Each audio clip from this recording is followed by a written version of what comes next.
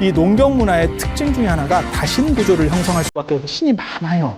네오조왕 외호산신이라는 얘기가 있어요. 인도 문화가 들어와서 우리나라 부뚜막신하고 관련된 것들을 만들어내는 게 아궁리. 아궁리가 인도 불의 신이 아그니는 농경 문화에서는 외부적 조건들이 이렇게 다양하게 왔을 때 그것을 신으로다가 결부시켜서 극복하려고 하는 힘이 있어요. 모든 부처님은 인간 세계만 계세요. 그게 인본주의. 신에서 인간으로, 인간에서 다시 신으로, 그리고 다시 인간으로. 인도는 맨 처음에 신을 믿었다가 불교가 움직이면서 인간 중심으로 바뀌어요.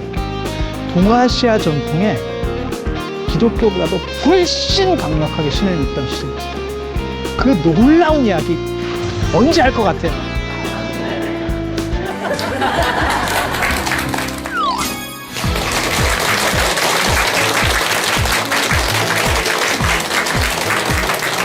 자, 인류 역사상 가장 위대한 순례 여정, 그 다음에 인문학적으로 가장 중요한 길이라고 할 수 있는 불교가 동아시아로 이렇게 전래하는, 인도에서부터 시작해서 동아시아까지 실크로드를 타고 이렇게 전래하는 그 과정을 따라가는 그러한 순례기행 붓다로드에 오신 거를 환영합니다. 지난번에 이제 한족 얘기하다가 사실은 다 못했었거든요. 그래서 한족은 어떻게 보면 동아시아 문명이고 우리도 저들 문화하고 같이 섞여 있어요. 그래서 제일 중요한 게 정치적인 거. 문화적 특징으로 보면 정치적이라는 거, 그 다음에 자본적이라는 거, 현실적이에요. 현실적. 그래서 한족 문화의 특징, 동아시아 문화의 가장 큰 특징 중에 하나가 뭐냐면 친정치적이고 반종교적이라 그래요. 그러니까 정치적인 부분에 대해서 비중이 크고 그 다음에 종교성이 상대적으로 약해요. 그래서 한 집안에서 다종교들이 많이 있습니다. 그러니까 집안 구성원들의 종교가 다 달라요. 그리고 어떤 사람은 여러 종교를 동시에 가지고 있어요. 여러 종교를 동시에 가지고 있다는 게 말이 될까요? 여러분들도 그런 상황을 사시는 거예요. 지금 여기에 계신다고 하는 거는 지금 불교를 믿고 있다는 게 되고, 그 다음에 이제 뭐 추석이나 설 이런 명절 때가 되면 또 차례를 지내고, 뭐 그렇게 해서 그게 유교의 종교 전통을 여러분들이 준수하고 있는 거예요. 그래서 제사도 지내는 거고, 그래서 그런 게 섞여 있는 겁니다. 그리고 한국 사람들 특징은 저도 마찬가지지만 저도 뭐 교회도 가보고 이슬람만 안 가봤네. 이슬람 못 가봤네. 성당 같은 데도 기웃거려 보고, 뭐 이렇게 크면서, 그리고 남자들 같은 경우가 교회를 제일 많이 갈 때, 이제 군대에서 초코파이 때문에 교회를 가는 경우도 있고. 그러니까 제가 전에도 그런 얘기 잠깐 해드렸었잖아요. 한국 사회 젊은 남성들에게 있어서 종교는 초코파이 하나만 또 못한, 그런 식으로 바뀌는 거예요. 그래서 뭐 저쪽에서 초코파이를 더 준다더라. 그럼 뭐 그냥 다음 주에는 바꿔버리는 그런 정도? 그리고 그거에 대한 죄의식은 전혀 없어요. 종교에 대해서는 비판적인 거고, 종교색이 상대적으로 얕고, 그 다음에 정치색이 강해요. 그래서 뭐든지 정치로 통하죠. 우리나라의 특징이. 권력이 가장 비대한 게 정치예요. 정치. 그건 중국도 그렇고, 우리도 그렇고, 일본도 그래요. 이 동아시아 전통이 다 그래요. 그래서 종교인이든, 뭐 예술가든, 뭐 시인이든, 그 다음에 뭐 학자든 정치판에서 부르잖아요. 자, 이번에 공천권을 하나 줄게요. 안 그러면 뭐 장관 자리를 하나 줄게요. 무조건 갑니다. 가서 설령 개망신을 당하더라도 그렇게 갔다가 이용당하고 망신을 당하는 경우들도 많이 있어요. 전에 뭐 총리하신 분도 있고, 지금 뭐 장관 하시는 분도 있고, 뭐 별 사람들이 다 있습니다. 어떤 경우는 뭐 연극 배우가 가서 한 적도 있고, 어떤 경우는 무슨 뭐 드라마에 나오던 분이 갑자기 장관이 되는 분들도 있고, 별 경우들이 다 있었어요. 그래서 이거는 어떤 조직이 더 상위 개념이고 누가 더 강력한지를 알 수 있는. 그래서 한국 문화에서는, 우리나라에서는 특징이 아무튼 정치판이 가장 비중이 커요. 그리고 그렇게 되는 이유가 현실적이어서 그래요. 현실적이어서. 그래서 자금, 그러니까는 돈하고 자본하고 정치 권력에 대해서 많이 쏠려 있어요.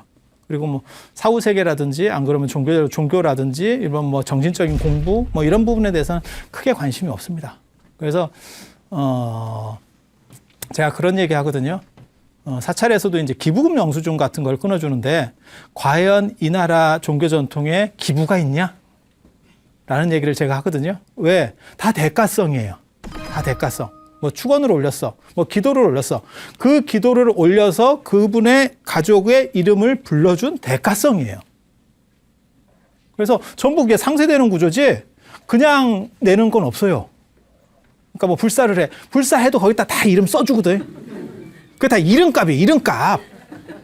이름값. 그래서 사실은 진짜 기부는 복전함에 넣는 것밖에 없는데 그 복전함에 넣는 게 대부분 또 그래서 제가 뭐라고 얘기하냐면 1,000원짜리를 동전으로 바꿔야 된다라는 걸 제가 주장하는 사람이에요. 우리 전통에는 이렇게 뭐 복전함이나 이런 데 넣을 때 동전은 안 넣습니다. 그래서 1,000원짜리를 동전으로 바꿀 수만 있으면 사찰 재정이 많이 늘어나겠다. 내가 이런 생각을 하거든. 그래서 제가 농담 삼아 그런 얘기도 해요. 그 율곡은 예전에 출가했다는 얘기가 있을 정도로 불교에 약간 불교 절밥을 먹었던 사람이에요. 금강산에 가서 머리를 깎았네 안 깎았네라는 말이 계속 있지만 실제로 그 사람의 철학 체계에서도 불교의 화엄 사상 같은 게 나와요. 그 청량진관의 이통사국이라는 개념이 율곡 철학에서는 이통기국이라고 하는 걸로 나오고 기록에 보면 뭐라고 나오냐면 금강산에 율곡이 10대 후반에 들어가는데 생불이라는 소리를 들어요. 생불이라는 소리를 들어요. 그래서 굉장히 아무튼 머리가 좋은 사람이에요.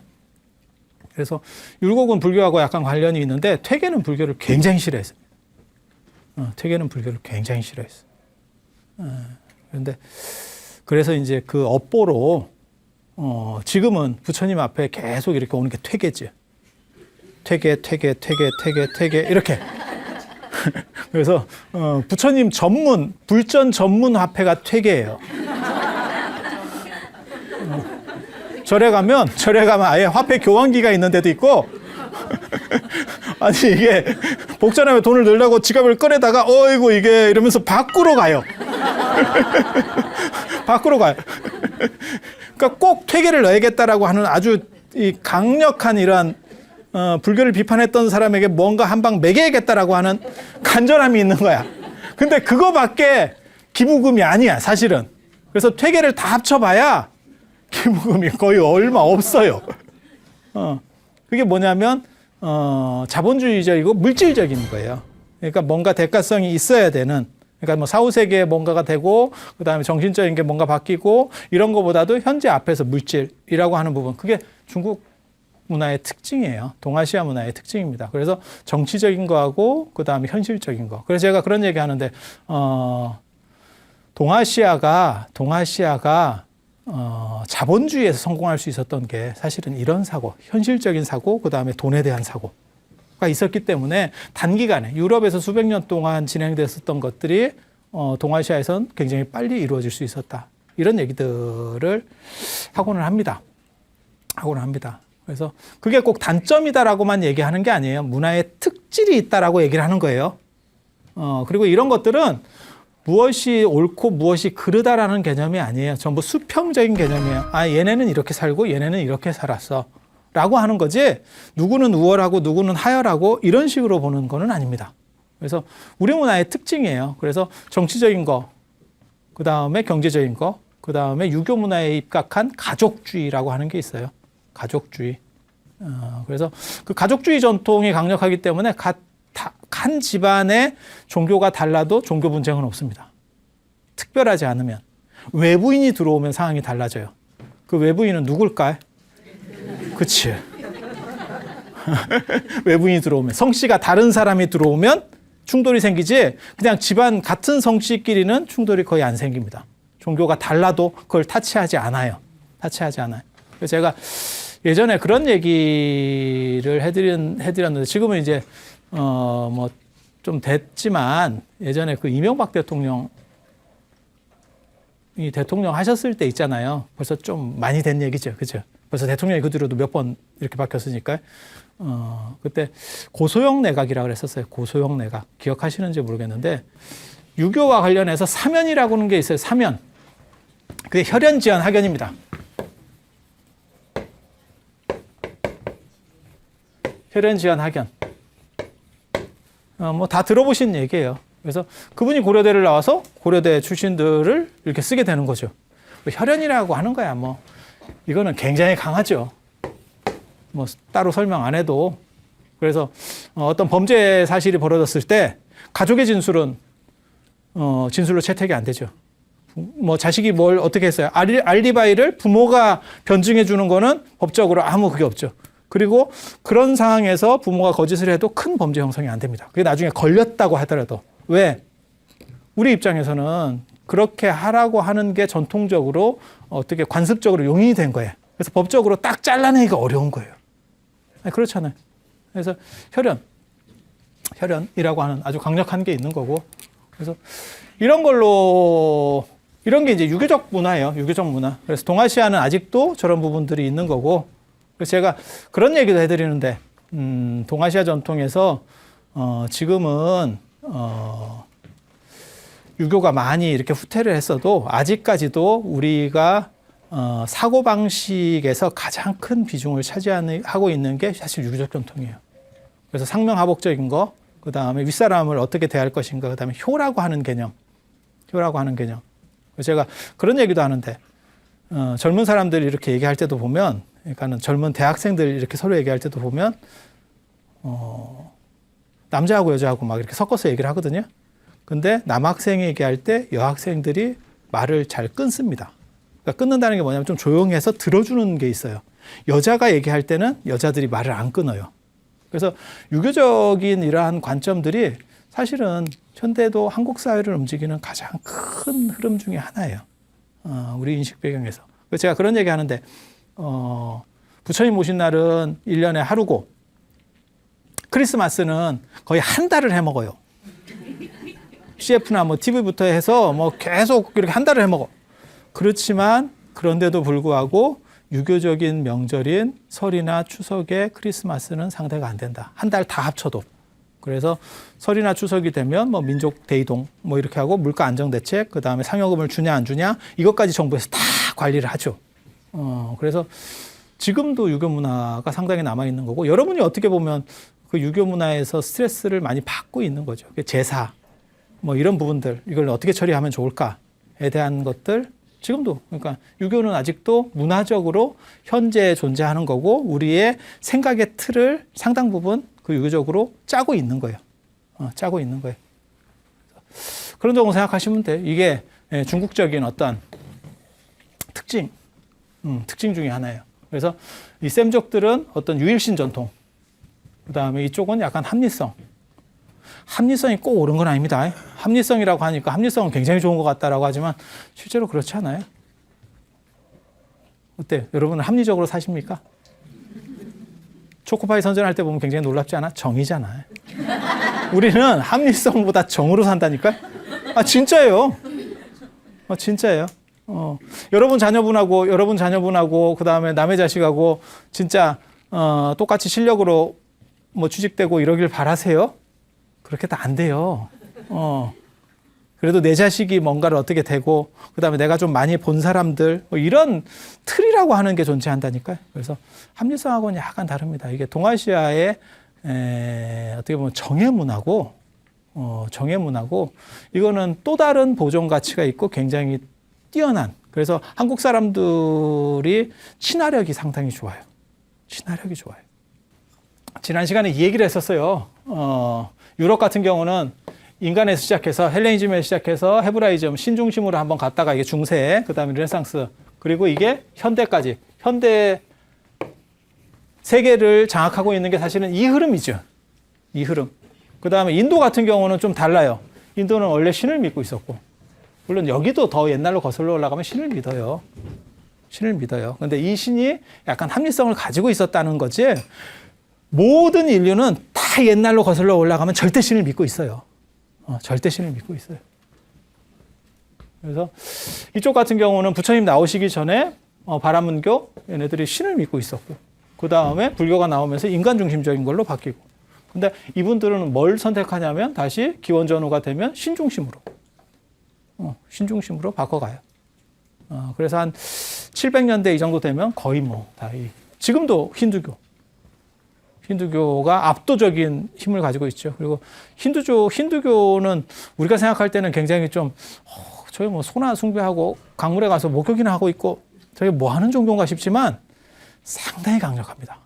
근데 힌두교가 굉장히 재밌는 게 힌두교가 2개, 3개 종교를 상대로 해서 이겨요. 불교를 이기고 이슬람을 이깁니다. 이슬람 정권에 의해서 수백 년 동안 지배를 받았거든요. 그런데 지금 인도에는 이슬람이 별로 없어요. 아주 없는 건 아니에요. 불교도 있습니다, 인도에. 인도에 있습니다. 하지만 인도가 영국으로 독립할 때 무슨 일이 벌어지느냐? 이슬람들을 다 쫓아내는 거죠. 인도 밖으로 쫓아내는 거죠. 그 과정에서 간디가 이제 죽게 되는 거거든요. 그래서 이쪽으로 이슬람들이 가면서 파키스탄이 만들어지는 거고, 파키스탄이 이슬람의 천국이라는 뜻이에요. 그래서 파키스탄이 만들어지고 동쪽으로 이제 가는 사람들, 쫓겨가는 사람들은 방글라데시, 이걸 동파키스탄이라고도 합니다. 그래서 이쪽으로 다 밀려가고 힌두교가 거의 다 판을 또 장악하고 있죠. 그러니까 굉장히 재밌어요. 세계 종교 2개랑 다이다이 붙어가지고 결국 힌두교가 이겨요. 그러니까 뭔가 한 칼이 있다니까. 우리가 잘 몰라서 그렇지 약하면 이런 종교들을 상대로 해서 이긴다는 게 쉬운 게 아니에요. 쉬운 게 아니에요. 그리고 불교도 이게 불교가 조선이라든지 이런 데서 정치 권력에 의해서 안 없어졌죠. 지금 생각을 해봐요. 굉장히 놀랍지 않아요? 600년 동안 거의 한 500 몇십 년을 유교에 눌려 있었는데 유교는 지금 사라졌다니까. 유교가 사라졌다니까 지금. 문화적으로 남아있는 거지 종교적으로 유교가 남아있는 거는 없습니다. 여러분 혹시 상투 틀고 다니는 분 봤어요? 하지만 불교는 아직도 한 20% 정도가 남아있으니까. 그래서 힘이나 어떠한 이러한 외부적 권력 이런 거 가지고는 종교가 쉽게 안 무너져요. 그런데 힌두교가 그걸 다 극복해낸 거죠. 굉장히 재밌잖아요. 나름 다 한 칼이 있는 종교들. 그리고 이슬람 같은 경우 생각을 해보세요. 지금 중동 사건이라든가 이런 게 유럽이나 미국 쪽에서 이슬람을 굉장히 이렇게 억압적으로 하잖아요. 이슬람 문화권이 무너집니까? 지금 중동이나 이런 데가 무너집니까? 끄떡없죠. 계속 버티고 있죠. 거기 개신교가 들어가요? 아니면 무슨 천주교가 들어가요? 못 들어가죠.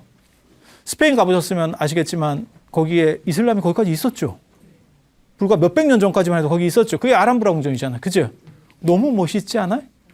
아니 궁전이 멋있는 게 아니고 이슬람 사람들이 생각보다 문명적이다라는 생각을 저는 그 예전에 그 책 보면서 했거든요. 그 아람브라 궁전이 파괴되는 것을 볼 수 없어서 철수해 주잖아. 끝까지 그냥 지키면서 전쟁을 한 게 아니고 전쟁을 하면 이제 궁전이 깨지겠지. 근데 나는 이걸 그냥 지키기 위해서 내가 그냥 빠지겠다. 너네가 보관 잘 해줘라. 언뜻 들으면요. 그게 쉬운 일 같지만요. 절대 안 그렇습니다. 절대 안 그렇습니다. 그냥 다 파괴돼도 내가 끝까지 버틴다. 인도는 아무튼 신을 맨 마지막으로 최종 선택해서 지금까지 오고 있는 거예요. 신중심적인 거고, 그 다음에 중국 얘기, 지난번에 사실 이거 하려다가 끝났었는데, 중국 얘기는 중국이 처음에 철저하게 신을 믿었던 나라예요. 지금 저 이슬람이나 개신교 비교도 안 될 정도로 신을 믿었어요. 그게 은나라 때. 신정정치라고 해요. 신정정치. 이게 중국에 3개의 고대 왕조가 있거든요. 고대 왕조가 그게 하나라, 그 다음에 은나라, 주나라 이렇게 해서 은나라를 은허라고 해서 이게 이제 황한 문명 할 때 그 은허의 발견 이렇게 되는 거예요. 은허 들어보셨어요? 거북이 껍질에다가 이렇게 갑골 문자. 거북이 등껍질 아니고 배껍질. 한약재에 용골이 있어요. 용골, 용뼈가 있다니까. 환장하겠지. 한약재에 진짜 용골이 있어요. 용골이. 예. 용뿔도 있잖아. 용뿔 안 드셔보셨어요? 용뿔 가루낸 게 용각산. 흔들어도 소리 안 나는 거 있잖아요. 그거 숟가락 빼고 흔들어야 소리 안 나요? 숟가락 넣은 상태에서 흔들면 소리가 나요? 아니 근데 진짜 한약에 용골이라고 하는 약재가 있어요. 그게 뭐냐면 오래된, 요즘으로 말하면 화석 같은 것들, 옛날 동물의 화석 같은 것들을 용골이라고 그래요. 한약재에서 그 용골을 그 당시 감기 유행하는 감기에 용골이 들어가게 돼 있어요. 용골이 들어가요. 그래서 옛날에 여러분들 아실 거예요. 어른들은 약첩을 엽니다. 약을 다리기 전에 약첩을 열어가지고 이거 먹으면 뭐 흰머리 나고 이러면 당신이 약간 손을 봐요. 그렇게 펴서 이제 이렇게 하는 게 중국에도 있거든요. 그래서 이렇게 보니까 거기에 이제 용골에 글자 비슷한 게 뭐가 이렇게 암호 같은 게 쓰여 있다는 거예요. 암호 같은 게 쓰여 있다는 거예요. 그게 뭐냐면 갑골이에요. 그걸 참 고고학적 발굴이라는 게 놀랍다. 그나마 학자가 그걸 보게 된 거예요. 그래서 이건 옛날 글자 같은데? 이렇게 해서 그거를 이제 정리하는 게 갑골의 발견이에요. 그래서 저게 은나라 수도인 은허라고 하는 지금 낙양성 정주 쪽이에요. 그쪽에 대부분의 갑골들이 실제로는 약으로 다 먹었다는 거. 약재로 다 파먹었다는 거. 그리고 지금 남은 거예요. 약으로 덜 쓰인 것들이. 굉장히 재밌죠. 근데 그 사람들이 이제 은나라, 원래는 상나라예요. 수도를 은나라로 바꾸고, 그 다음에 나중에 이제 은이라고, 나라도 바꿔요. 그러니까, 수도가, 어떻게 보면 나라 이름이 되는 경우, 불교에도 있습니다. 사위국이라고도 하고, 사위성이라고도 하고, 그렇게. 나라 이름과 그 다음에 이제 도시 이름이 같이 가는 경우. 도시를 중심으로 크게 움직이기 때문에 그래요. 그래서 이렇게 되는 거고, 나중에 이제 이 나라가 망해요. 이 나라가 망하고 나서 사람들이 떠돌게 되면 그게 이제 유민이 되니까 여기서 나오는 게 상인, 장사하는 사람들. 이렇게 되는 거예요. 그래서 이 나라가 기원전 1600년부터 시작되는 나라인데요. 굉장히 재밌습니다. 철저하게 신을 믿어요. 모든 것을 신을 중심으로 해서 믿어. 신만 믿어. 그래서 어떤 일이 벌어지냐면 정치나 행정까지도, 그러니까 전쟁을 벌려. 그러면 그 갑골 점을 치는 거예요. 점을 쳐서 점괘에서 이긴다고 나오면 나갑니다. 그러니까 뭐 합리성 이런 게 아니고요. 전부 신탁에 의지하는 거예요. 어떻게 하는 거냐면요. 갑골이 굉장히 재밌습니다. 거북이 배껍질이에요. 등껍질이 아니고. 거북이 배껍질에 이렇게 식스팩이 있어요. 거북이 배껍질에. 저걸 뜯어가지고 이제 잘 말려놔요. 그 다음에 저거를 불에 이렇게 달군 꼬챙이가 있어요. 꼬챙이에다가 불에 달궈. 그러면 이게 빨갛게 이렇게 달궈지겠죠? 그러면 요거를 여기다 이렇게 쑤신다는 거예요. 그러면 이게 어떻게 될 것 같아요? 퍽 터져버린대요. 밤 터지듯이 열 때문에 확 터져버린다는 거예요. 그래서 그렇게 쓰는 게 아니고, 여기에 밤도 우리가 삶을 때 거기다 칼집 내잖아요. 여기다 이렇게 칼집을 낸다는 거예요. 이렇게. 그래야 팍 안 터지는 거예요. 그래서 요거를 이렇게 불에다가 여기 칼집 낸 데다가 쑤시면 요게 이렇게 금이 간대. 그걸 균열이라 그래요. 거북균자를 써서 균열. 거북이 껍질이 갈라졌다 하는 거예요. 균열이 생겼다라고 하는 거예요. 그 생김새를 보고 점사를 판단하는 거예요. 그래서 예를 들어서 내가 지금 전쟁을 해야겠습니다. 이번에 이길까요? 그렇게 하면 여기에 이 생기는 모양을 보고 오케이? 아니면 말고 이렇게 되는 거예요. 사실 한국 사람들은 다 점을 봐요. 누구든 점을 봐요. 여러분들 다 점쟁이 출신이에요. 한국은 문화적으로 전부 전 국민이 점을 봅니다. 이렇게 얘기하면 아이 뭔 소리 하느냐 이러는데, 어렸을 때 가위바위보 할 때 이렇게 두 가지를 우리가 배웠잖아요. 이거하고 이거. 나 이거는 잘 안 하는데 이거 이제 나이 먹어갖고 이거 안 돼. 근데 이렇게 보면 구멍이 있는데 그게 굉장히 웃기는 게, 그게 주먹을 내라는 건지 가위를 내라는 보재기를 내라는 건지 몰라요. 근데 그거를 뭔가 나름대로 이게 그거 같은데 이러면 그걸로 가는 거예요. 점이 그런 정도예요. 굉장히 이게 좀 뭐랄까 약간 미개한 거라니까요. 그렇지 않아요? 이거 안 해보신 분 있어요? 다 해봤어요. 그러니까 여러분도 다 어떻게 보면 점쟁이 출신이에요. 근데 이제 그쪽에 자질이 없었던 거지. 큰 자질이 없었던 거예요. 그렇게 해서 그걸 상징 해석을 하는 거고, 이때 미리 이렇게 이렇게 금을 거놓는 걸, 요게 전복자입니다. 전복자가 여기서 나오는 거예요. 그리고 저거를 보통 사람은 이걸 해석을 못 하죠. 이게 이렇게 갈라진 거를 저게 이건지 저건지 어떻게 알아? 그러니까 그거를 쉽게 말해서 제사장이 해석을 해내는 거죠. 그 사람이 해석해서 말로 해주면 그게 점이요. 그게 점이에요. 거기서 나오는 거예요. 그렇게 해서 모든 걸 이 사람들은 전부 신탁에 의지해서 했어요. 그걸 신정정치라고 합니다. 정치에 관계는 모든 걸 다 저걸로 다 해. 전부 다 저걸로 해. 환장하겠지. 그런데도 나라가 돌아간다는 게 참 불가사의합니다. 그 시절이니까 그럴 거예요. 그 시절이니까. 근데 이 나라가 망할 때 아주 재밌는 일이 있어요. 은나라가 망할 때 누가 나타나는 거냐면 주나라. 이 다음 왕조가 이 주나라니까. 예, 주나라에 문왕이라는 사람이 있고 무왕이라는 사람이 있어요. 그게 우리식으로 말하면 이성계 같은 사람이에요. 이성계 같은 사람. 이해되죠? 구테타 일으키는 사람. 그 사람의 책사가 그 유명한 강태공이에요. 강태공 여상이라고 하는 사람. 들어보셨죠? 강태공. 강태공의 고든 낚시. 뭐 이런 얘기 들어봤잖아요. 뭐 하는지 잘 모르겠습니다. 이 강태공 진짜. 진짜 지략가고 제갈량보다 뭐 한 몇십 배는 머리가 좋은 사람이에요. 그리고 이 사람 점쟁이 출신입니다. 그리고 점은 좀 떨어지고 미신이고 아니에요. 고대에는 그렇게 평가가 안 됐어요. 진시황이 분서경유하고 다른 걸 다 없앨 때 점책은 손대지 않았습니다. 왜? 진시황이 손 안 댄 책들이 있어요. 그게 농업 관련된 책들, 그 다음에 의학 관련된 책들, 과학서적 이런 거는 손을 안 댔어요. 점책은 그때 불이 안 태워집니다. 이유가 뭐냐면 과학서적으로 분류돼요. 지금하고 시대가 굉장히 다르죠. 점이 과학이었다고? 그래서 강태공이 굉장한 지식인이에요. 나중에 태공이라는 벼슬을 얻는 거예요.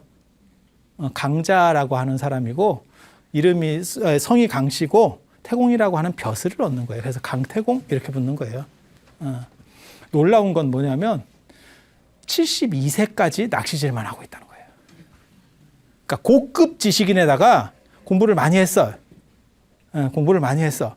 그런데도 불구하고 72세가 되도록 강에서 낚시만 하고 있대요. 마누라 입장에서 어떻겠어요? 억장이 무너진다. 72세까지 낚시질 했다 하는데 거짓말일 겁니다. 지금은 뭐 70 넘어도 정정하지만 제가 전에도 그런 얘기 해드렸잖아요. 신사임당 47에 돌아가셨고 율곡이 49에 죽고 진시황 그렇게 좋은 거 많이 먹었어도 49이에요. 그 시절이 그 2200년 진시황 때가. 근데 이거는 뭐 지금 은나라면 지금 3000년 전 얘기를 하고 있는 거예요. 3000년 전 얘기 이때 그때 72세까지 낚시하고 있다고? 안 그래요. 아마 좀 과장이 됐을 거예요. 근데 아무튼 낚시를 하고 있었대. 그 낚시가 어떻게 된 낚시냐면 찌가 이런 낚시가 아니고 이렇게 반듯한 낚시예요. 그래서 그 강태공 고든 낚시라고 하는 거예요. 이렇게 돼 있으니까 물고기가 물겠어? 이게 낚시라고 하는 게 개인적으로 저는 낚시를 굉장히 잔인하다고 생각하는 사람이거든요. 어떻게 보면 도살하는 것보다 낚시가 더 잔인하다고. 낚시하시는 분들한테는 좀 뭐 죄송할 수도 있는데 이제 요즘은 이제 안 먹고 풀어주는 경우도 많거든요. 잡기만 하고. 근데 한번 입장을 바꿔놓고 생각해봐. 온몸이 여기에 꽂혀서 들린다고 생각해봐라. 이게 얼마나 아프겠나. 여기로 해서 이렇게 당기면 그나마 낫다. 개 목줄 해갖고 드는 것보다 이게 훨씬 아플 것 같지 않아요? 그러니까 애가 팔딱팔딱 하지. 너 같으면 안 팔딱팔딱 하겠니? 이렇게 해서 당겨서 나오는데. 그러니까 마누라 입장에서 한번 생각을 해봐. 내 남편은 지식인이고 굉장히 공부도 잘한 사람이야. 그런데 맨날 이게 뭔 짓인지도 모르는 낚시를 하고 있는 거야. 물고기 한 마리도 못 잡아와. 그 이제 얘기로는 그런 거죠. 저 이제 문왕을 만나서 주나라 문왕을 만나서 이제 제갈량처럼 이제 딱 등장을 하는 거죠. 제갈량도 되게 웃기는 사람이거든. 말로는 무슨 뭐 바꾸려고 이렇게 삼고초려 뭐 이렇게 하는데 머릿속에는 정치 생각밖에 없잖아요. 그러니까 유비가 한마디 하니까 정족지세 뭐 이렇게 세 개로 나눌 수 있다 뭐 이렇게. 아니 농사 짓는 사람이 왜 그런 생각을 하고 있어? 수경작물 할 생각을 해야지. 그러니까 이게 굉장히 재밌는 거예요. 아까 얘기한 것처럼 친정치적이라서 그래요. 그러니까 농사꾼이든 점쟁이든 다 다 정치 생각만 머리에 있는 거예요. 이혼했어요. 황혼 이혼의 시조입니다. 도저히 못 참겠다. 도저히 못 참겠다. 이혼했어. 근데 그게 강태공 팔자가 마누라 때문에 막혔는가 봐. 이혼하고부터 풀려. 이혼하고 문왕을 만나. 문왕을 만나서 책사가 되고 이제 구테타를 일으키는 거예요. 구테타에서 어떤 역할을 하는 거냐면 제갈량 역할을 하는 거예요. 제갈량 역할을 하는 거예요. 결국 나중에 이 양반이 제나라 왕이 돼요. 이제 구테타에 성공해서 제나라 왕이 돼. 왕이 되고 난 뒤에 그 부인이 찾아옵니다. 또 그 부인도 강적이에요. 부인도 강합니다. 아니 70이 넘도록 살았으면 다 됐는데 그냥 살지. 그걸 왜 또 그때 깰 거면 빨리 깨든지. 그때까지 갔으면 그냥 가야지. 아니 그렇지 않아요? 굉장히 재밌는 사건이에요. 그리고 또 성공했다고 또 가는 것도 그렇게 보통 강심장이야.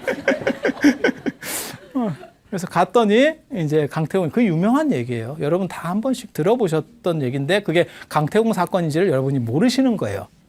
받아주겠다. 뭐 이런 식으로 얘기를 하면서 뭔 얘기를 하는 거냐면 그러면 대접에 물을 떠와라. 대접에 물을 떠오니까 그걸 이제 발로 차는 거죠. 그 물을 다시 담을 수 있겠냐? 엎질러진 물이라고 하는. 네가 그걸 다시 걷어 담을 수 있으면 받아주겠다. 근데 그게 이런 바닥이면 잘 이렇게 하면 약간 지저분한 거라도 담을 수 있는데 흙바닥이면 경기 끝나는 겁니다. 그래서 결국은 안 받아줘요. 강태공도 진짜 잔인한 사람이에요. 저는 그걸 어렸을 때 제가 고등학교 때 그런 책들을 읽었는데 사마천의 사기는 고등학교 때 읽으면서 무슨 생각했냐면 전 너무 잔인하다. 그래도 한 70 동안 잘 마누라 뜯어먹고 살았으면 형편도 좋고 왕이고 그럼 같이 안 살더라도 뭐 한미천 충분히 띄워줄 수도 있는데 아니 그렇지 않아요? 그 정의라고 하는 게 있잖아요. 그러니까 이 중국 사람들이 정이 없는가 봐. 참 그렇지. 그런데 굉장히 중요한 사건이 있어요.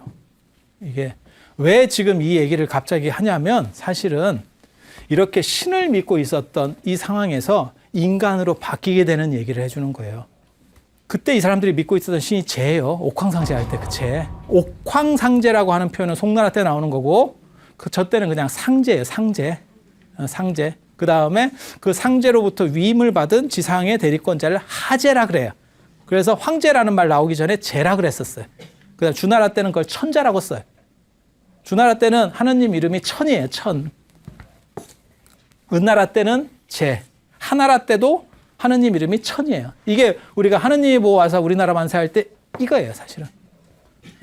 그래서 이때는 황제 이름을 천자라고 불렀었고 하느님 아들. 이때는 하늘에서 다스리는 사람은 상제, 땅에서 다스리는 사람은 하제 이렇게 했었어요.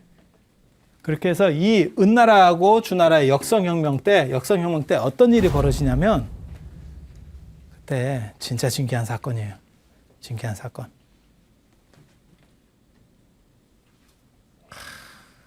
굉장히 진기한 사건. 반란을 일으키는데 은나라는 군사가 훨씬 많습니다. 은나라는 군사가 훨씬 많습니다. 그리고 은나라에 명장이 있었어요. 태사 문충이라고 아주 대단한 장군이 있어요.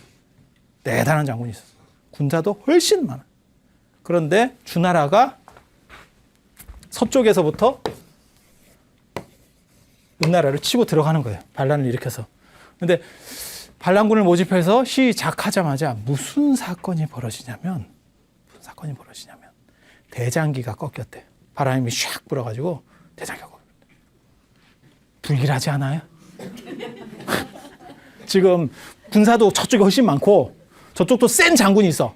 강태공만큼은 아니지만 센 장군이 있어. 그런데 우리가 반란을 일으켜가지고 이렇게 하고 있는데 시작하자마자 대장기가 꺾였어. 바람이 불어가지고. 그래서 우리는 여기서 큰 교훈을 얻을 수 있어요. 대장기는 금속 막대기를 써라. 나무를 쓰니까 꺾이지. 그러니까 사람들이 막 이렇게 혼란스러워 하는 거예요. 거기 반란, 옛날에는 반란 일으키면 막 3족이 다 멸하고 9족이 멸하고 막 이런 상황이거든요. 그러니까 쪼려 있는데 대장기가 꺾이니까 이거 너무너무 불길한 거야. 그러니까 사람들이 뭐라 그랬냐면 강태공한테 우리 지금 하지 말고 조금 다시 기회를 봅시다. 지금 불길합니다. 이렇게 막 요동치는 거예요. 그러니까 강태공이 뭐라고 얘기하냐면 내가 점쟁이고 내가 하늘의 뜻을 받는 사람인데 이거는 이긴다는 뜻이다. 상대를 꺾는다는 뜻이다. 이렇게 얘기했어. 뭔 거지 같은 얘기요. 그럼 상대께 꺾여야지. 왜 우리께 꺾여? 사람들이 그 얘기를 들어도 아무리 전공자래도 그건 아닌 것 같다. 이렇게 나오는 거예요. 그러니까 굉장히 재밌는 행동을 해요. 내 말이 맞는지 안 맞는지 알고 싶으면 한번 하늘의 뜻을 물어보자. 신탁을 한번 해보자.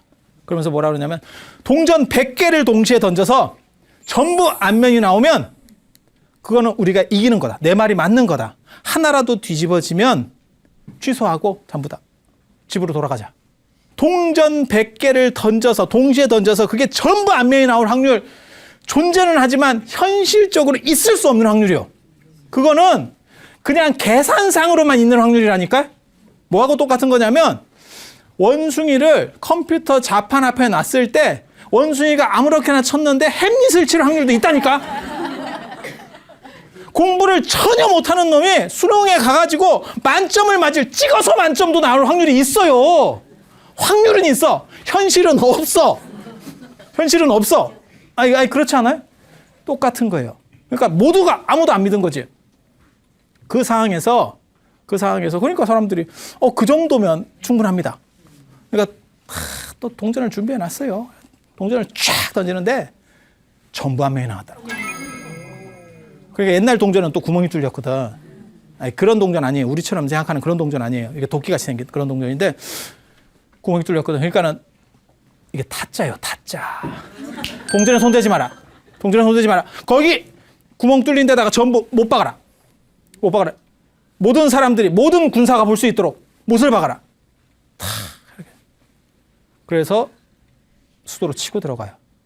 은어로 치고 들어갑니다. 사람들은 이제 다 이긴다. 그러니까 절대적으로 신을 믿는 상황에서 신이 도와준다라고 하니까 엄청난 힘이 생기는 거죠. 그래서 결국은 이겨요. 결국은 이겨. 어떻게 이기냐면 반란이 일어났는데 은나라 정부에서는 어떻게 한 줄 아세요? 점을 봤어요. 점을 봤어. 점을 봤더니 이 거북이를 꽂는데 이 거북이가 뭐라고 나오냐면 하느님이 막아준다. 하느님이 막아준다. 그래서 전방에 있는 군대를 안 뺐어요.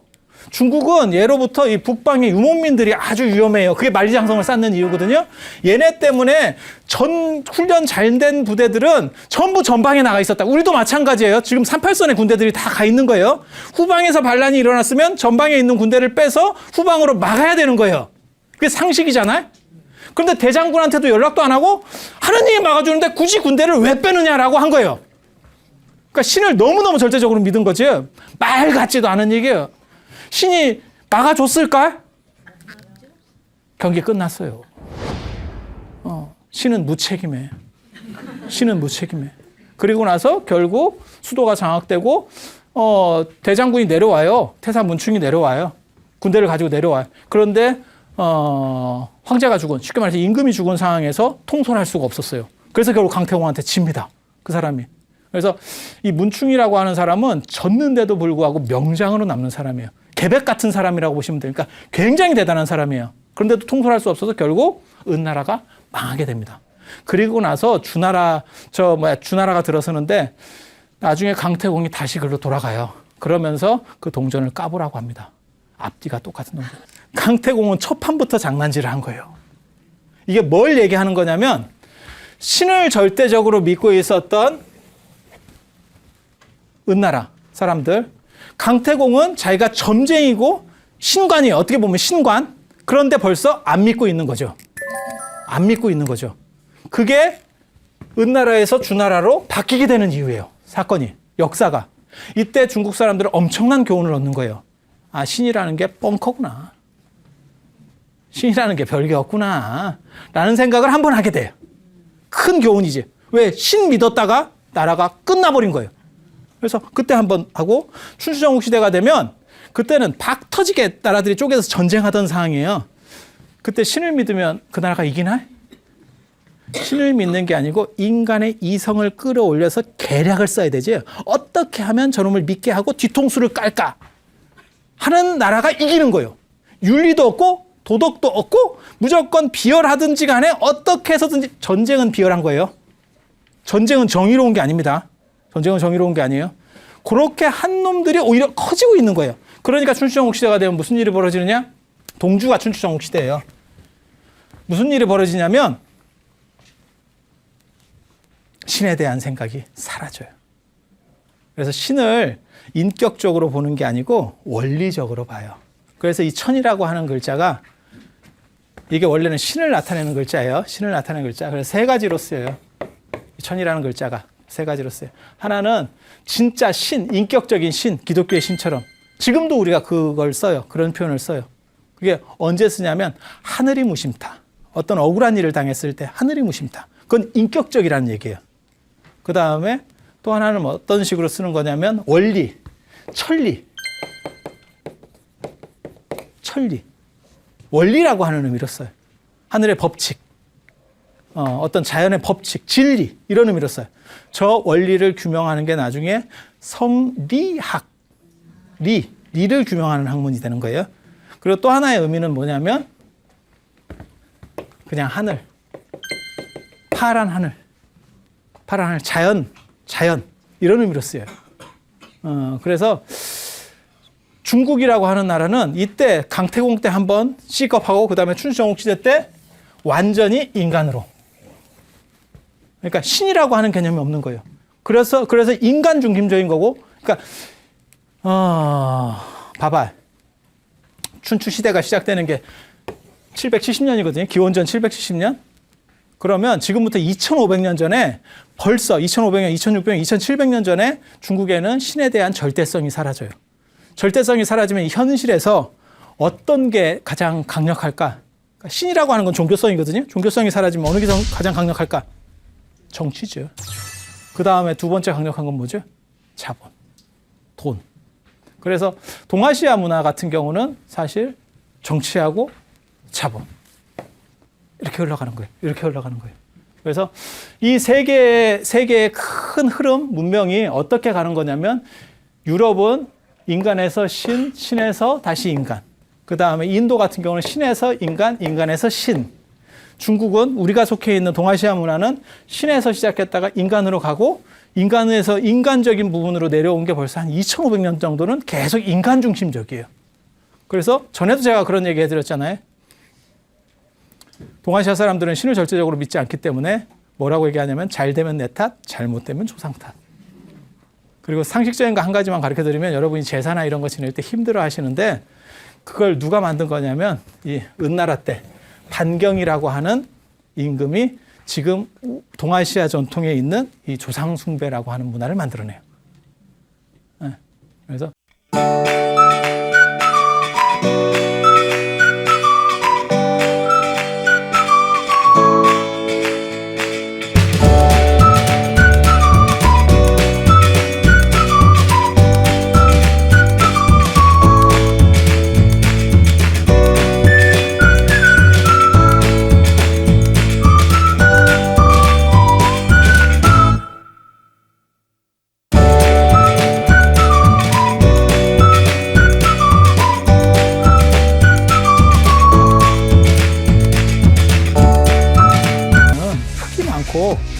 그 다음에 금은 적을까? 분명히 주술적 용도가 있어요. 글로브 있어요.